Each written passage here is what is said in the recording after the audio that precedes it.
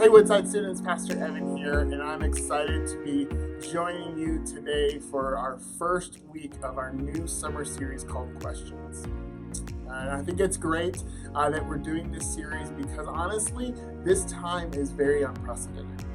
You know, we didn't expect to be quarantined in our homes for months. We didn't expect to do school through video conferencing. We didn't expect for our summer plans to either be canceled or done in a different way. But we're going to be talking about questions, and specifically questions about God, about Jesus, about faith, about how to live out our faith.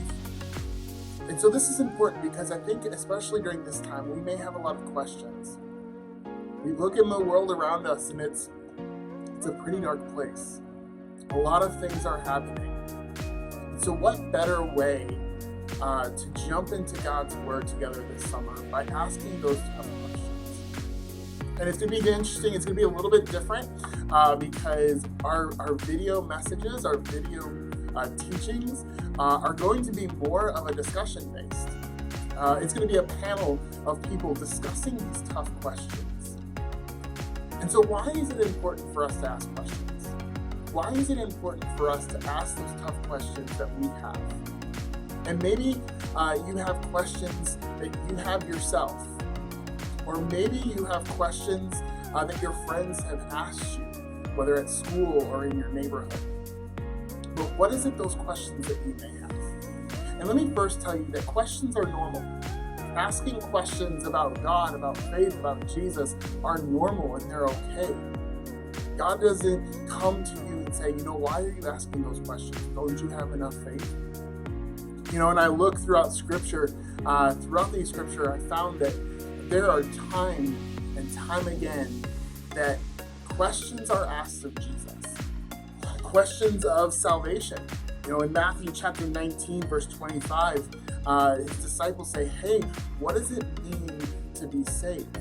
This comes from this explanation that Jesus gave about why a rich man would have a hard time coming into the kingdom of God. And the reason is because he loves his stuff. He'd rather keep all of his riches, he'd rather keep all of his stuff in order to live this amazing life, but didn't want to place his faith in Jesus. So the disciples asked this question, well then who can be saved? And Jesus responds to that and says it's those that place their faith in Jesus, that are willing to give up of themselves and follow him. But then also there's questions of doubt. When John the Baptist, who was known as the one that would come before Jesus, that would prepare the way of Jesus, had a question about if Jesus really was who he said he was. John had been put in jail for teaching about Jesus, for proclaiming the Messiah was here. And while in jail, he sends his disciples, and his disciples ask Jesus this question: are you the one we've been waiting for, or should we find another?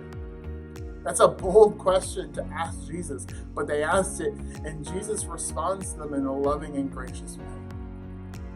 But then we also see that there's questions about how to live out our faith. Simon Peter asked the question of, how many times should I forgive someone who has sinned against me? So there's tons of these questions, tons of these times that people had come to ask Jesus these questions. So we see that Jesus responds to these questions. And so that's what we want to dive into this summer. We want to dive into these questions that maybe you've had in the past, maybe you have right now. So as we begin, in the next couple of weeks, we're going to be asking those tough questions. We want to know what questions that you have. We want to know what questions that you may have about God, about Jesus, about your faith, about what does it mean to live out our faith. And so if you have questions, I want you guys to submit those questions to this webpage. It's tiny.cc/WS questions. tiny.cc/WS questions. It's completely anonymous, so you don't have to put your name. We just want you to put your question, and then we're going to have a time where we're going to be able to answer those questions to the best of our abilities. So please do that in the next couple weeks as we go through this series. But as we join, I want to open up a passage of scripture to kind of set a scene for why this is important for us to do this. In Proverbs, the first chapter, it speaks to this idea of wisdom. It speaks to this idea of wisdom. And if you didn't know, Proverbs is all about wisdom. It's known as a wisdom literature book. So even the book of Proverbs is there with wise sayings of how to grow in our knowledge and how to live out our faith. So this is what it says in Proverbs chapter 1. It says, the Proverbs of Solomon, son of David, king of Israel, to know wisdom and instruction, to understand words of insight, to receive instruction in wise dealing, in righteousness, justice, equity, to give prudence to the simple, knowledge and discretion to the youth. Let the wise hear and increase in learning, and the one who understands obtain guidance. To understand a proverb and a saying, the words of the wise and their riddles. The fear of the Lord is the beginning of knowledge. Fools despise wisdom and instruction. In this passage, we see it's actually setting up the whole book of Proverbs. It's saying this is what this book is all about. If you want to gain wisdom, if you want to gain understanding, if you want to know how to deal wisely, if you want to have prudence, if you want to see what justice is about, if you want to do these things, then this is the book for you. And then it ends with saying it's the fear of the Lord is the beginning of knowledge. And what we see is when we have those deep questions, when we want to gain wisdom, when we want to gain understanding, the best place to look is in Scripture.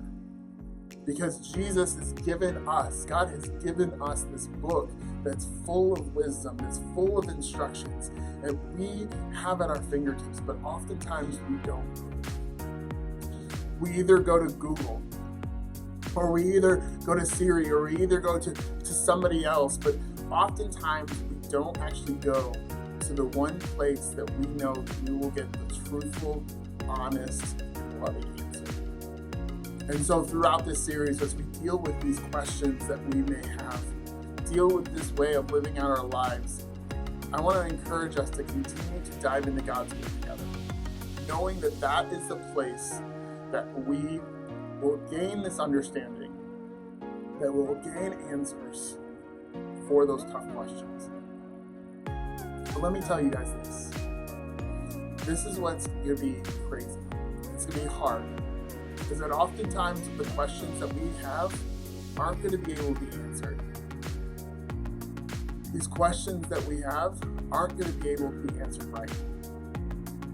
And that's where it comes to having faith. That's where it comes to having faith in Jesus, that we may not know the answers, but God does. And we have to sit and say, hey, I trust God because I know who He is. I know He loves me. I know He has a plan. And so as we jump again into this series for the summer called Questions, as it's the first night or the first week of our summer nights, I want us to begin to look at those things and continue to grow in our faith and ultimately continue to live in community. Let's pray. Dear Heavenly Father, I just come to you and I ask that as we dive into your word through the next couple of weeks, as we look at these tough questions that we have about faith, about you, about how do we live our lives, God, I pray that we all ultimately seek you, that we ultimately trust in you to live and guide our lives. As we seek wisdom, help us to live out the faith that you've given us. God, I pray in your name.